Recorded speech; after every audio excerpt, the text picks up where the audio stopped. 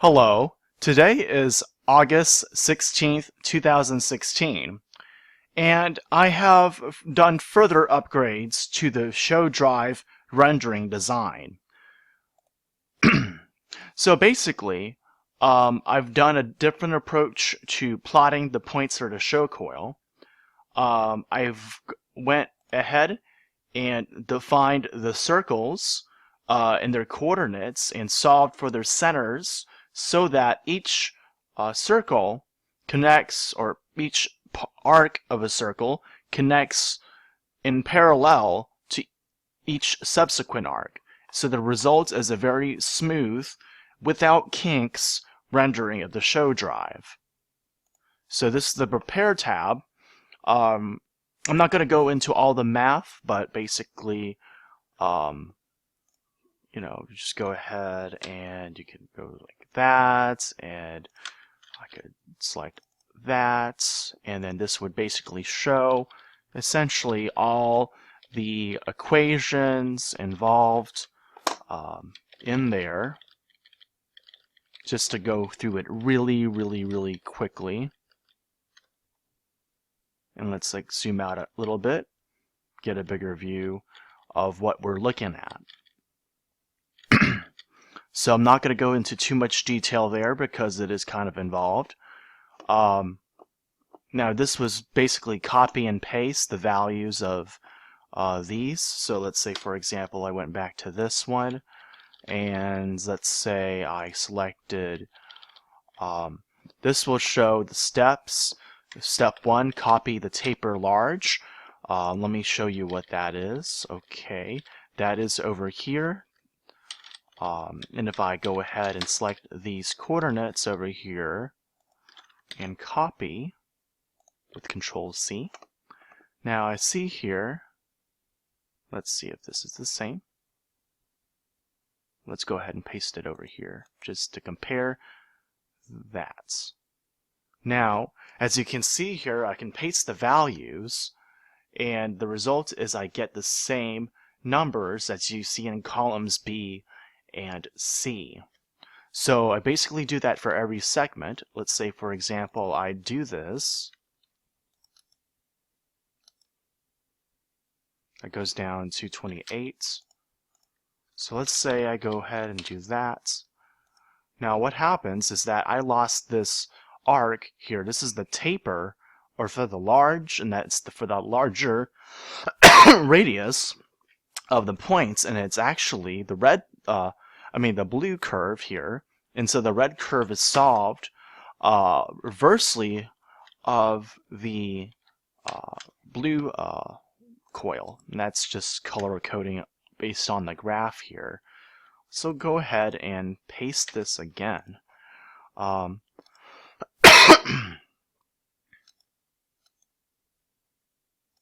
Alright, so now we've got those arcs, okay? And I've got some of the points here for the S.H.O coils that are pasted into the code, such as this one. And I reviewed this in a previous video, but just to look at what the code looks like, here it is. Let me go ahead and do that. So now you can see all the code involved there.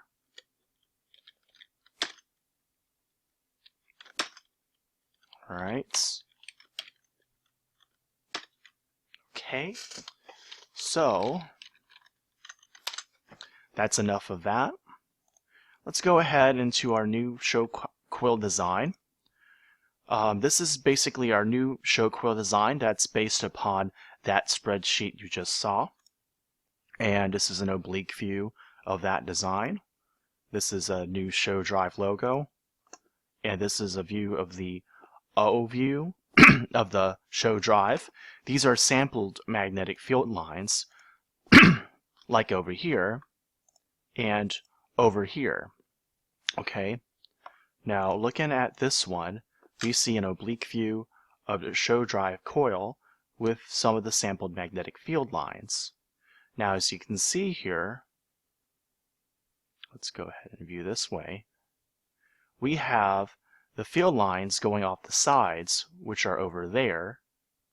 You see the S, as can be seen over here. Now this is the S.H.O coil itself. That's without all the extra field lines and whatever. Now, inside the S.H.O coil, I have these neodymium magnets, and I represent those as these here. Interface settings, show main menu. Okay, so I've got some objects here. This is S.H.O coil 1. That would be, I believe, the bottom one. To here, it goes here and around so, like that. And S.H.O coil 2 works the same way. It's just over here, like so. And I've got these things I call neo layers. And basically, each of these neo layers are spaced in such a way that they represent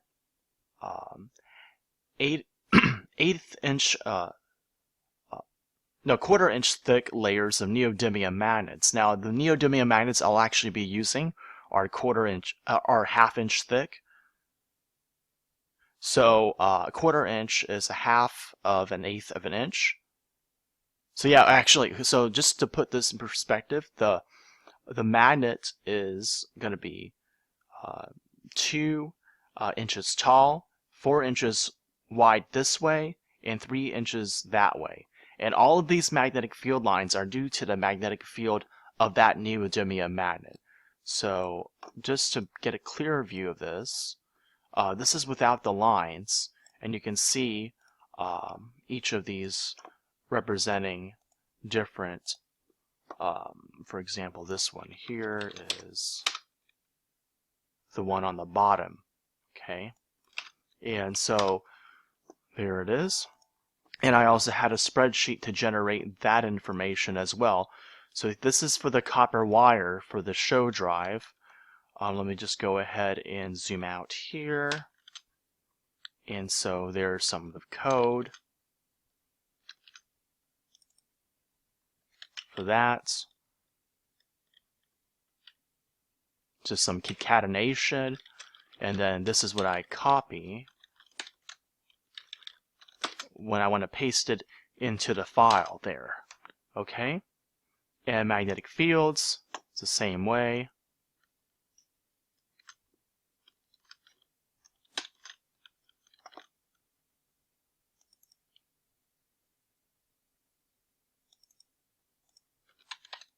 Let me do this.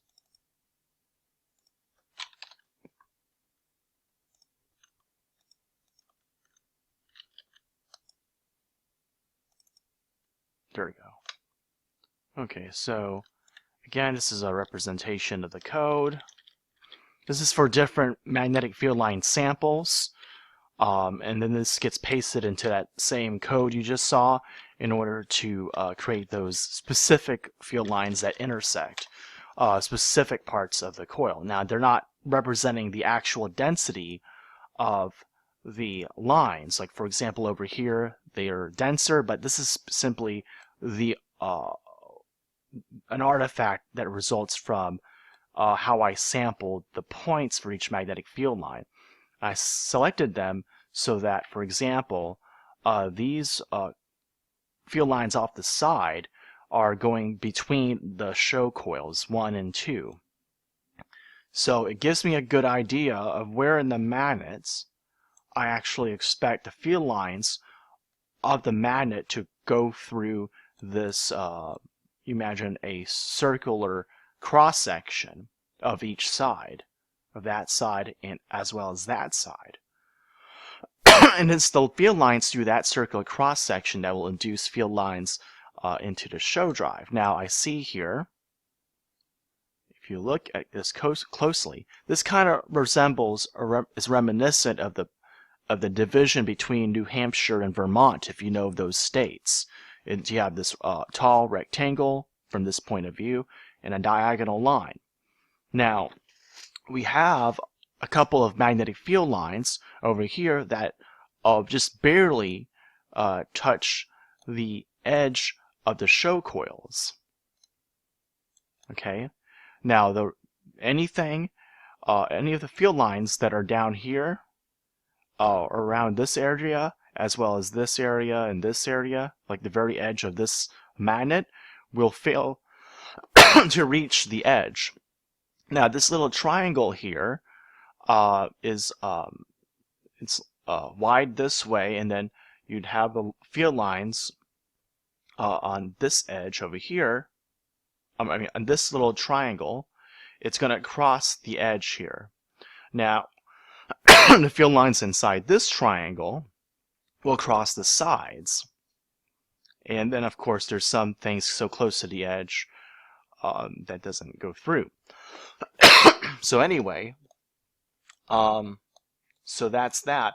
Now, at different parts of the rotation, most of the field lines crossing this edge may be from this triangle, or it may be from this triangle over here. Now, when the magnet is horizontal like this, most of the field lines cutting through will be from this triangle in excess of the field lines from this triangle over here. So that means it will induce a magnetic field when it's in this position. And as it turns out, let's look at this here. So if it were in the horizontal position, you see that there's some weakened field here that the magnet is going to be in, and it's not going to be subject to as much of that field. Let's go ahead and resize this a little bit. 1.1. And let's go ahead and do the same thing over here for comparison.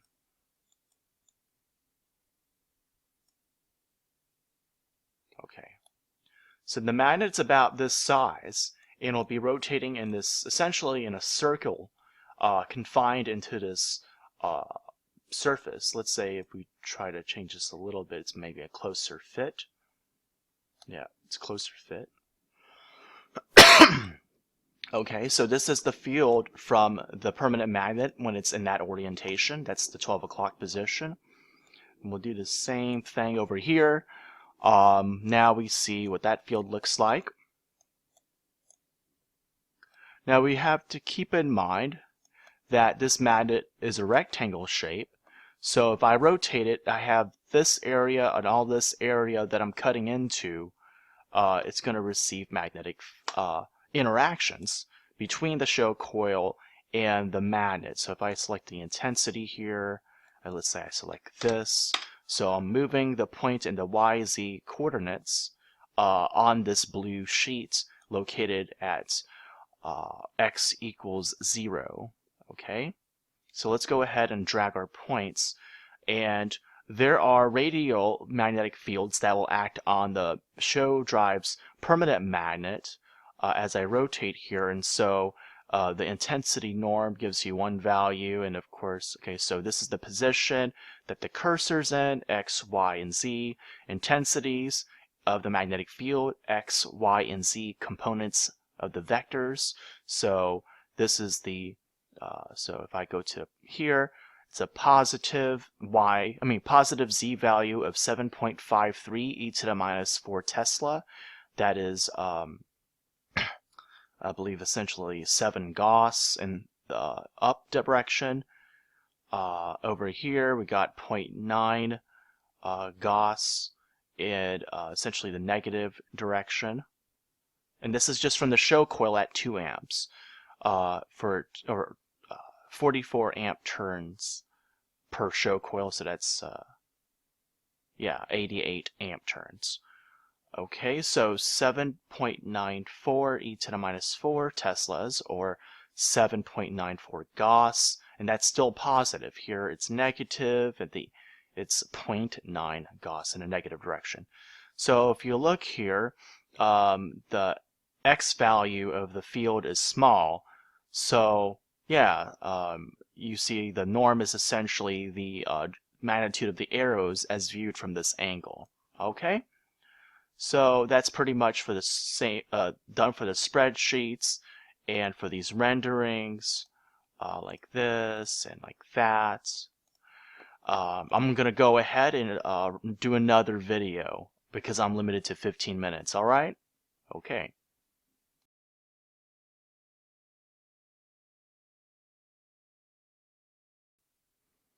Alright, so I just finished that recording. It's now 9:23 p.m. I just viewed it and all that. So going here again, looking at this region here more precisely. So all the field lines inside this, basically it's the New Hampshire triangle, if you will, viewed from this angle. This little thing here will be popping through. Let's look at this from this precise angle through the space between S.H.O coil 1 and S.H.O coil 2.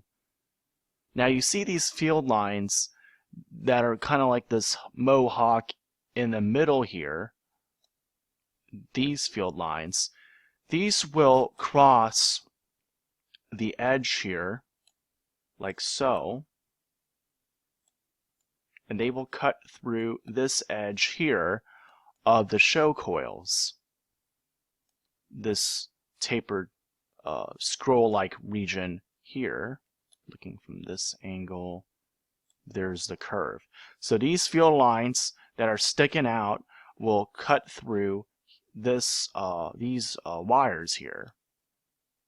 Now I selected points for sampling the magnetic field lines such that they touch these wires, again through using a spreadsheet formula that allows me essentially to do that, and that would be over here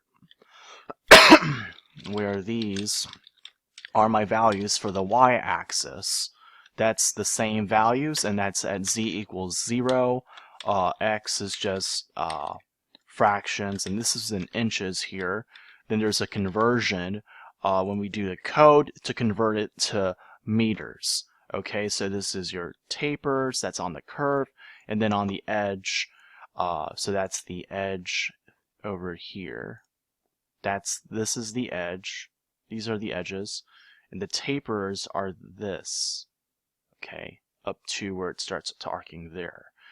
So yeah, so you see these magnetic field lines that reach out to the side. They're very close to the edge of the magnet here, and so looking at this, you get an idea of what how far these magnetic field lines would actually travel. So like even field lines over here would reach out way far out to the side. Now let's go ahead and look back over here. So we have the smaller Vermont-like triangle here, containing all the flux lines that will cut through the edge. And we have the same thing in each of these quadrants here, so it's like a bow tie over here, a bow tie over here, right? So over in this section over here, we have to keep in mind that this S.H.O coil is really close to this edge of the magnet, so essentially all of this triangle area here will contain flux lines coming out and to the side. Now, there's flux lines that come out of the side of the magnet that will fall short of reaching this edge, but even flux lines going out this way will still cut through this edge and then arrive back at this edge over here, completing the loop as you would expect it to for magnetic field lines. And so in this position, these field lines don't induce much net magnetic flux simply because one side of this rectangle is going to be moving up, the other side's moving down, and so those essentially cancel as far as that goes. Now over at the side, a similar thing happens. The rotation of this magnet in this situation is such that these field lines are rotating in this direction, and so there isn't flux cutting occurring as this rotates in this position. So in that position, it will be overlapping essentially a rectangle that looks like what my mouse is tracing here. And you see here, even the magnetic field lines produced by the S.H.O drive are not even coherent. You've got some going down here, you've got some going up here, you know, and there is a general direction here of the field lines going to the left, or if it was the left, for example. So if I imagine there was a north pole of this magnet sticking up over here, let's go back over here. Not that one. This one. No, not that one either. What am I doing? Where are you at? Okay, this one. So imagine north pole pointing in this direction, field lines returning downwards and back up, and same with the side, same deal. So if I were to change the amount of flux that goes through, say, the area that is, let's say, intersecting this edge in the S.H.O drive, there would be a north pole induced in the center going this way, but because of the upper and lower curves, the field would actually be dominant in a down direction as far as the induced field goes. If I was having a magnet, the neodymium magnet in the north here, and so I rotated it a little bit to my clockwise direction. So let's say it's 1 o'clock position then. So then I rotate that field. The south side of this magnet will be cutting through this edge. The north side of this magnet will be cutting through this edge. And the result is that there will be a field between these two layers in the S.H.O coils that will be induced in this direction. That's downward left, as you would see here. And then if then I look at the ones at the top, which are much stronger, as well as the ones on the bottom that are much stronger, those will then actually interact with the end sides of the permanent magnet, and so those are dominant. And so although there's lines of flux coming off the sides, and you know, like the south side of this magnet and then crossing through there, just like if let's say, for example, say here. So I've got the north of the magnet, lines of flux go around, and the south side goes here. The south pole over here is cutting up through this side, and the north side of this magnet is cutting through the lower part of this S.H.O coil.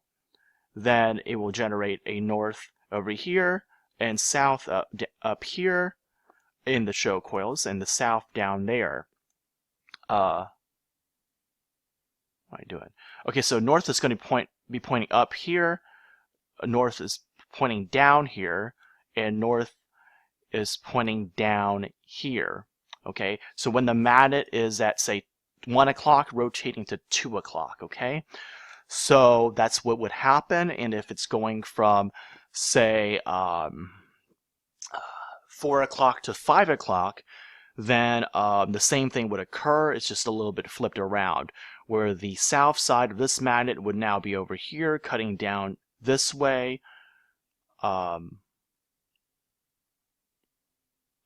Actually, so what would happen first, though, is the north side would cut down through this side.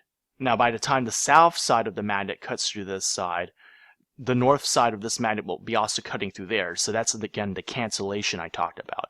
But the north side of this magnet, okay, so at, say, when this magnetic field of this magnet, the north side, the north pole, starts pointing, say, at 4 o'clock and rotating to 5 o'clock, then the magnetic field line it generates, it will still, from the S.H.O coil's current, will be pointing down here. No, the north will be pointing this way, right? But for the S.H.O drive current, let's go ahead and show you. See if hopefully these arrows are the correct direction for this demonstration. Okay, this is perfect. So as you can see there, your field lines between the S.H.O coils would go down. The field lines up here would go up, and of course over here that's also going up, down, and up. And so you see the blue areas, that's going to affect the magnet more than in this region here. And even though they're at the very edge, you got to consider there's two of these and one of these. And this region here is very, very, very, very weak as far as fields go. Here's 7 e to the 4, I mean that's e to the minus 4. By the time we get here, it's already at 1 e to the minus 4. Now that's for the norm. If you look at the last number here, that's the z value. So let's just do this for example. That's 8, and then going to 5, 4, 3, 2, 1, e to the 4. 1.85, e to the 4, that's e to the minus 4. Going through, going to really, really small values of order of magnitude essentially less, right? Almost an order of magnitude less. And then even though this area, you know, it's like, okay, just get an idea of the values. I mean, this is like curved in such a way it's actually pointing in this direction, so it's not even completely like that. So if the magnet was rotating in the center, it was rotating from say 4 o'clock to 5 o'clock here. Okay, so the north pole of the magnet was here. It's inducing a north. Oh, this is the opposite of that example. Goodness. So, okay, so the induced north of this field would actually be the opposite of all these things. If I was, okay, let's go ahead and do this. It's hard to do this unscripted. So we'll reverse that one, and we'll reverse the other one here. Okay. I'm contradicting myself. Okay, so obviously if the north pole of the magnet is pointing to the 12 o'clock position, it will induce flux through this area and that area of this curved area of the S.H.O coil in such a way that induces a field in opposition to its motion. So the north would be pointing this way. It's actually at an angle, so it's like going that way, right? So over here, you got these magnetic field lines acting on that. On a downward position here, and so it would try to get this north pole to flip upside down and down to here. But even with this one, let's say if this magnet was at the say 1230 position rotating to the 130 position, then okay, so something like that. Okay, so then these field lines would actually be helping to rotate it to say the 2 o'clock position. Looking at these angles here, this is like the 2 o'clock direction for these arrows. Okay, now I just clicked the center here point for this thing. If I try to select drag and this thing, it just messes it up. So let me close that. I messed that up. But you get the idea. The point is to get the induced magnetic field lines to act on the S.H.O drive's magnet in such a way that we get it to accelerate. So the Lorentz forces, in this case, if they're, let's say there were static magnetic fields that we just had from some constant current that we happened to put in there, there would be a force on the magnet getting to rotate. There would be a Lorentz force on the charges, the orbital electrons of the atoms that comprise the magnetic that give rise to the magnetic field, deflecting kinetic energy. Okay, I'm not sure where I left off. I kind of like messed this up a little bit by clicking some centerpiece over here. So let's go back. So basically, to summarize, you have the field lines that cut through the circles here.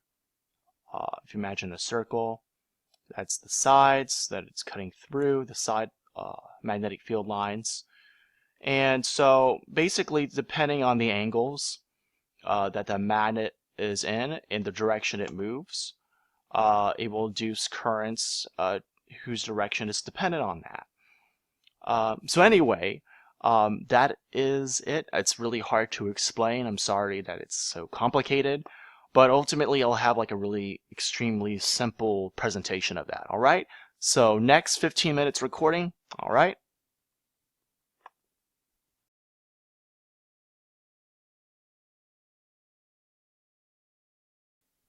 All right. So it's still August 18th, 2016. Let me go ahead and proceed with the presentation. Okay, so a few last points here. The surface field of a magnet does not contain all the lines of flux that the magnet has. So say, for example, okay, so let's say we generate a thing here. Let's go ahead and interface settings. We're going to put our thing here. I don't need the fields toolbar. Okay. We're going to put a solenoid here. And we're going to view magnetic fields of the solenoid by using this vector field.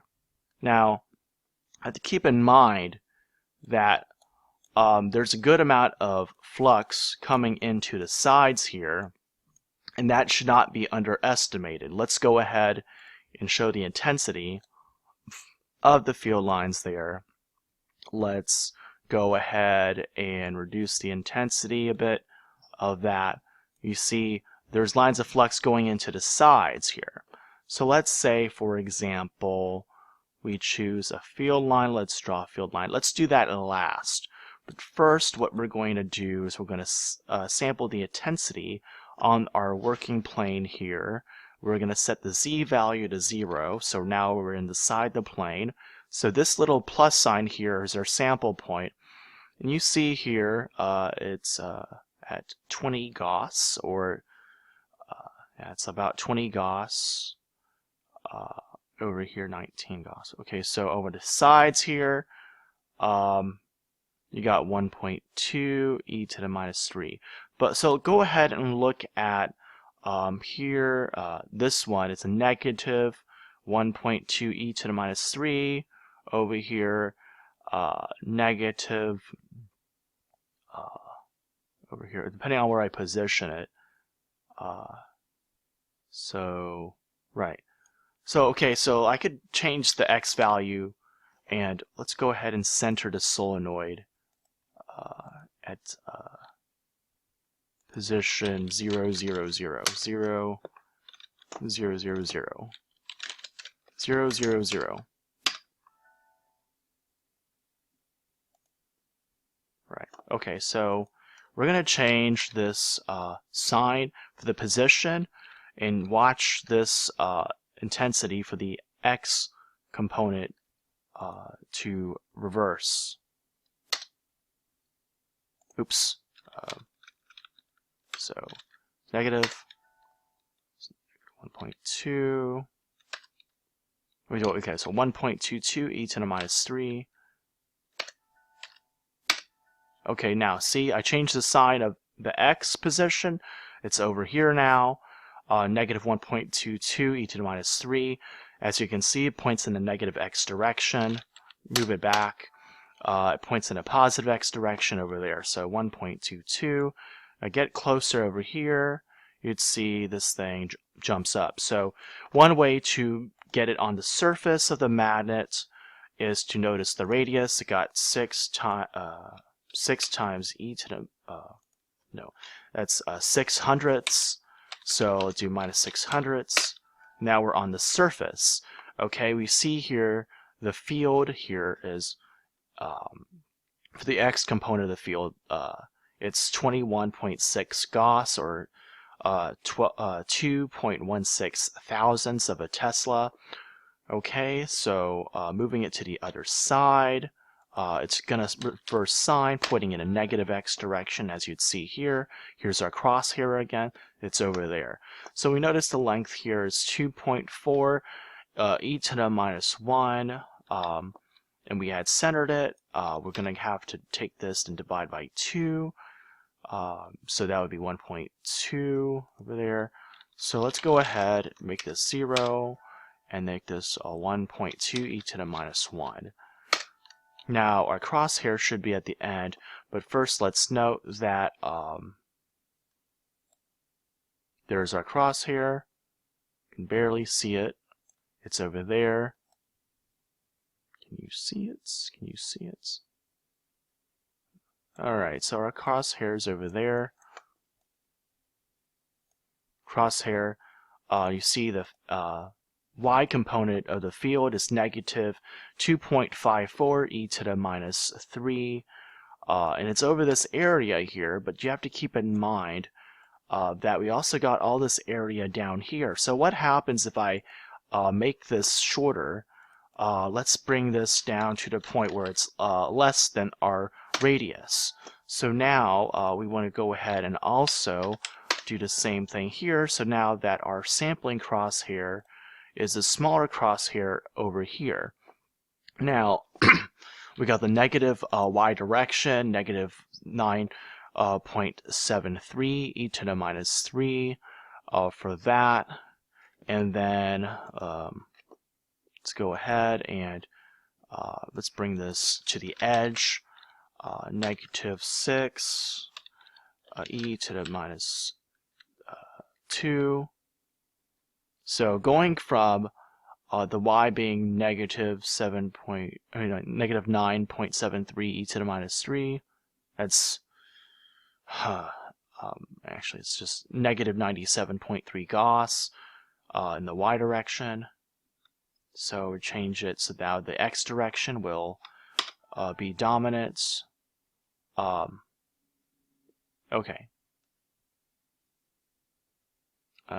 See here, so okay, so in this situation, obviously, I mean, you can imagine there's obviously more flux on this area than here, but there's some, if you make this longer, what am I doing? So you make this longer, let's say we make this like this. No, let's make it a bit longer than that. Okay, so it's like this, okay. So we'll bring this up over here.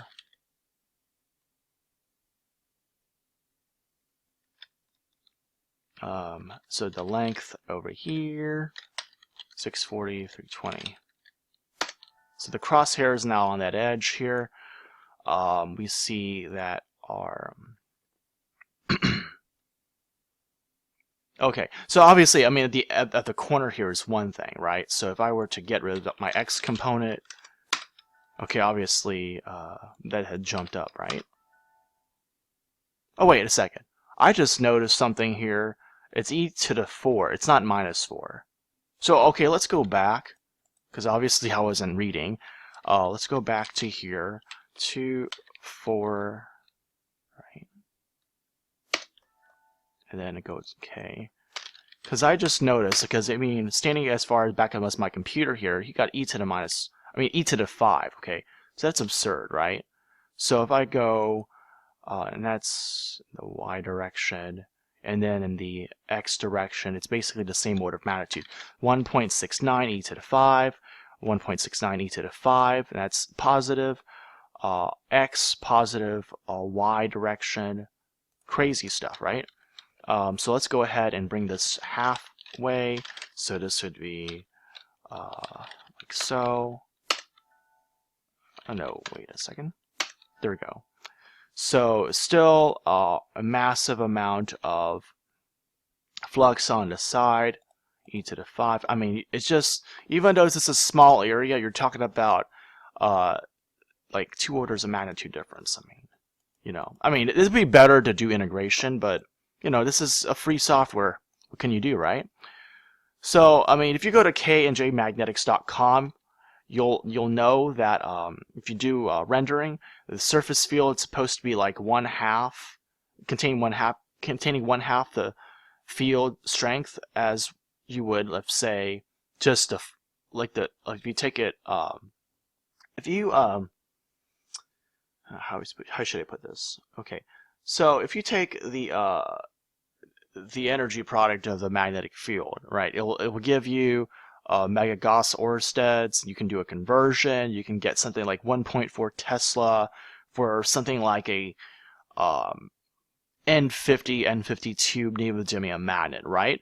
That corresponds to upwards of 14,000 Gauss. But if you go to knjmagnetics.com and you look inside the interior field of the magnet, it's like 1/2. Okay. If you average it, and you notice that, okay, the surface field's going to get like 1/2 the flux, and the sides are going to get the other half, right? So that was kind of a long way to say it. But let's go ahead and go back to here, right? So, unfortunately, with this program, Visualist Electromagnetism, it doesn't get me the strict magnetic field representation that gives us density based upon the actual strength of the magnetic field lines. Instead, you sample points, and those sampled points will then trace magnetic field lines by taking the direction and just following the arrows. So this does not say that it's stronger here than it is over there. That's just like sampled points that were convenient. So the point is that in this New Hampshire region here, I mean, it's larger than the Vermont region. In the Vermont region here, it's got the surface fields that tend to get weaker toward the center, and so that is working against us, but this area here is working with us. Now, the fact that this area here is not even getting through to this far here, it's not going to cause us to slow down, and all the field lines that come out the side of this face here going back in, if you imagine coming out of the side of the magnet going back in, never reaches the edges there. But if we look at this side, there's going to be lots of magnetic flux going through here into that. So let's say if I clear out all my magnetic field lines, and then I sample hopefully a point over here just outside. Draw a field line. Hopefully it's in the correct position for our liking. As you can see here, okay, that's a little bit, cancel, okay. Let's put one over here. Nope, that's not the right function. I think I'll get another video to show something of a video I just made recently. So let me go ahead, draw a field line here.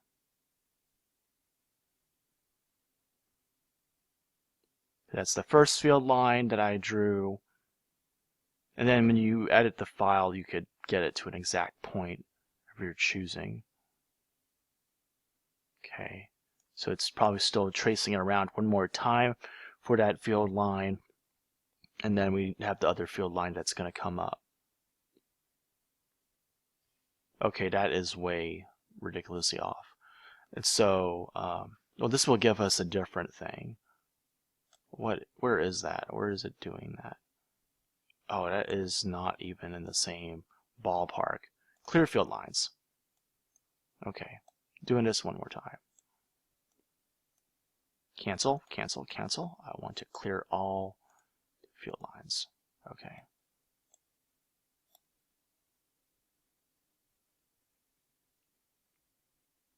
That is convenient. All right, so I got a minute and a couple seconds left. Working plane, interface settings, XY. Hopefully this will be it.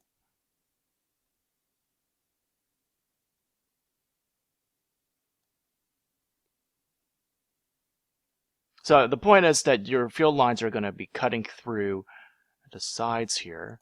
Let's say clear. Bring it closer.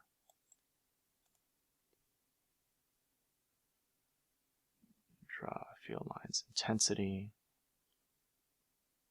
Draw field line. Okay, hopefully this is good. Okay, now we're inside of Yeah, it's nice of you. Let's go ahead and a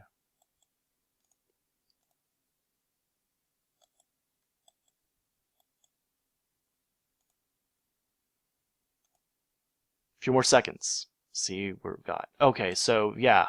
So there's your side fluxes. I mean,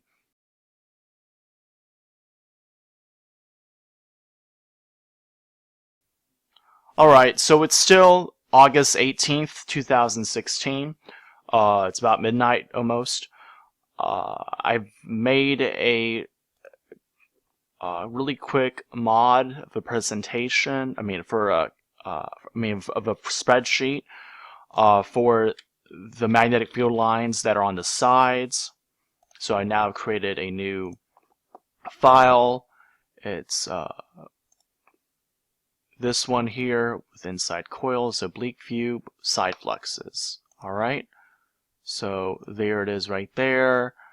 And I've got those side fluxes here. And again, just to remind you, these are not indicative of the actual density of the field lines. These are points I have sampled based upon where they may intersect the plane. Now, if you can view in HD, there's these crosshairs over here, which are my sample points along this path. And I've also got on different levels other sample points as well. Even I have a hard time seeing some of these crosshairs. Here's another row of crosshairs over here, and another row of crosshairs over there, and so on, right? All the way to here. And so let's see if I can view this better. You might have some trouble looking at the crosshairs, but basically these are the side fluxes, and most of the side fluxes intersect the magnet pretty close to the poles. Like there's almost no side fluxes in the very middle of the sandwich over here, if you think of a sandwich. Okay, so that's that. And so let me go ahead and show you some recent developments with the actual build of the S.H.O drive. Now, this is pretty much how far I have made it so far. So I'm going to go ahead and I'm going to view this over through a preview. Okay, so there is the acrylic rods and the rubber bands wrapped around them to strap together the small ones here around the big ones. And here's another big one with a small one in front of it. Then you have this acrylic panel with the laser cut holes that I had laser cut at Metrics Create Space. That's a maker space in Seattle, not the only one, but it's Metrics Create Space with an X in the metrics. Okay, the bearings from VXB at Amazon.com. The acrylic plates are from Amazon from a different seller, as are the rods. Going down here are my lateral support lateral supports there. There's also lateral support here as well, although a bit harder to see. We can of course change the picture. Here's one with flash. As you can see, there's the horizontal restraining peg, and then you've got your horizontal beams here. You've got the thing in the front. Here's your holes in more detail with the flash. There's the bearing, and again, that. So going forward, and we've got another angle over here. There's the outlet, by the way, and there's the window and the materials over there. Anyway, so there's the pane, acrylic, just crystal clear acrylic. It's really amazing. Here's another angle, much the same. Now you can really see the bearing details on this one. And there's the holes, like that. And of course, the angle is not exactly straight on, so the bearing's a little bit looking a little different. But again, here's another angle. Now you can still see the bearing holes. I mean, this is the bearing hole. These are going to be peg holes for the hooks that will hold up the S.H.O coil. In fact, it's going to be around here and here, here and here, and then the shaft will go through the center. Okay, and we've got a lot of other pictures too of the S.H.O drive. Let's go ahead and click through them really quickly. Zoom in. Right. So here's the trail camera. I have more pictures from that. I'll show you that in a second. Alright, so this is what it looks like. There's a context. This is the Canon Vixia camera that I was using. This is the Rode mic, and here it was like kind of shifted into view, so it was kind of blocking part of the picture, but it's not too bad. I'll fix that next time. The music stand, the reflective sphere. Gee whiz, what is going on? What's going on? Oh, okay. Something wasn't showing. Okay. Okay, the screen kind of blacked out on me. Okay. Let's go ahead and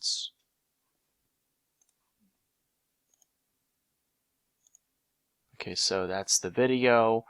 48.9 gigs, 4 hours and 12 minutes, and 25 seconds. This is why it blacked out. Couldn't handle it. Okay, what else? Here's the trail camera pictures. Let's go ahead and preview this.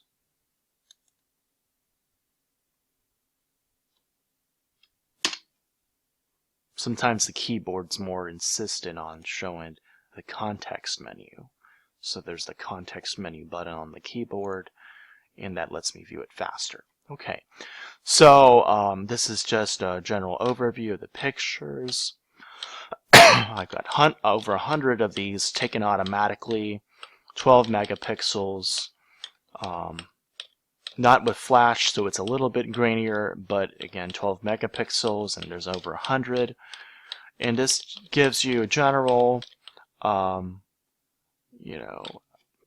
overview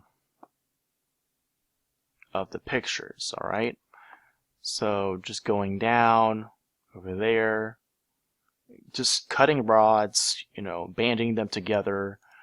Here's the crate. Here I'm cutting more rods, and then on and on and on and on. And so after I cut the rods, just cleaning up, and then there's the music stand with the acrylic rods, the panels there, then eventually I have the panel, well, I add more rods first, and then eventually I have the panel with the thing torn off. So yeah, there's the switch over the table, and then sometime after the video's completed, at around 3 o'clock, we're done. So the timestamps here are correct for daylight savings. Over here, I have I did not remember to do the daylight savings, so this is like an hour behind. This is like a normal time if you had no daylight savings. So 1:56 p.m. But actually it's 1 hour ahead of that. So let's say, for example, let's look at this one here. It's 10:03 a.m. When this was saved. This is a 20-minute video, and let's go ahead and play this one. Okay. You know what? Let's go ahead. Yeah, Windows Media Player is kind of slow. Let's go ahead. Okay, let's do this instead. Let's play it on VLC, because the Windows Media Player is going to try to load some, like, update the library. Hello. Today is August 14th, 2016. It is about 10:41 a.m. Okay, so you see that. Okay, so that's 10:41 a.m. This says 10:03. This is where it was saved. This was when it was done. So 20 minutes into the video. So 20 minutes and 3 seconds. Okay. So let's go ahead and look at this one. I already got that loaded. Let's go ahead and, since the play button's so close to my screen recorder's play button, I want to go ahead and minimize this window a little bit. So this way I don't inadvertently press the recording stop button on my video recorder for the what I'm using. Hello. Today is August 14th, 2016. It is about 10:41 a.m. So here I am cutting some rods. Takes a long time, it's very tedious. I wanted to upload this like earlier this week, but the problem is it's a large file and I have trouble uploading it. I've been trying to look for a place to do that.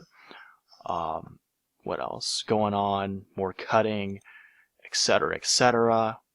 There's me grabbing another piece of the rod as a template, I think, for that procedure. And so here's the crate. I'm banding it and everything. And the mic is in the way, like I said.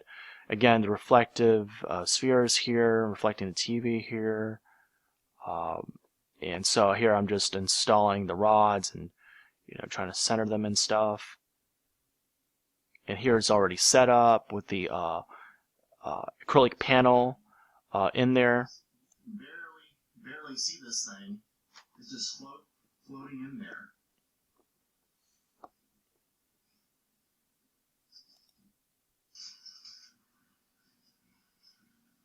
And it's really hot in summertime. There's no air conditioning in this place, so it's just like, whatever.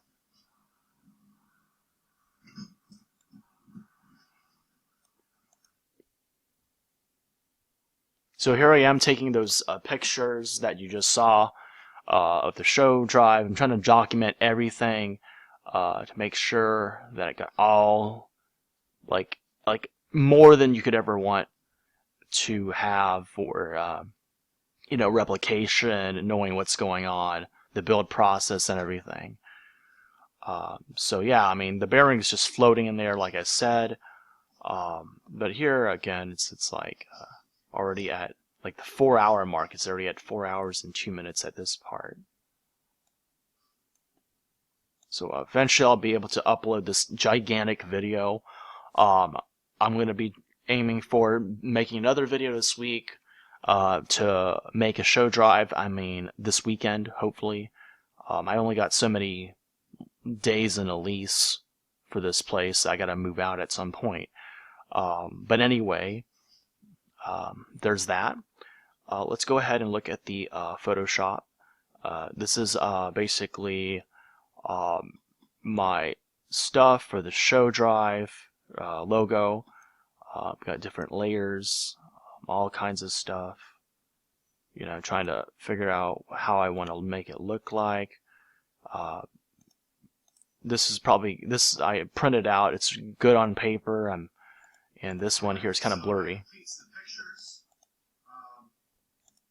So on and so forth. That's a mapping. All this other jazz. Okay. How did I have it? There it is. Okay.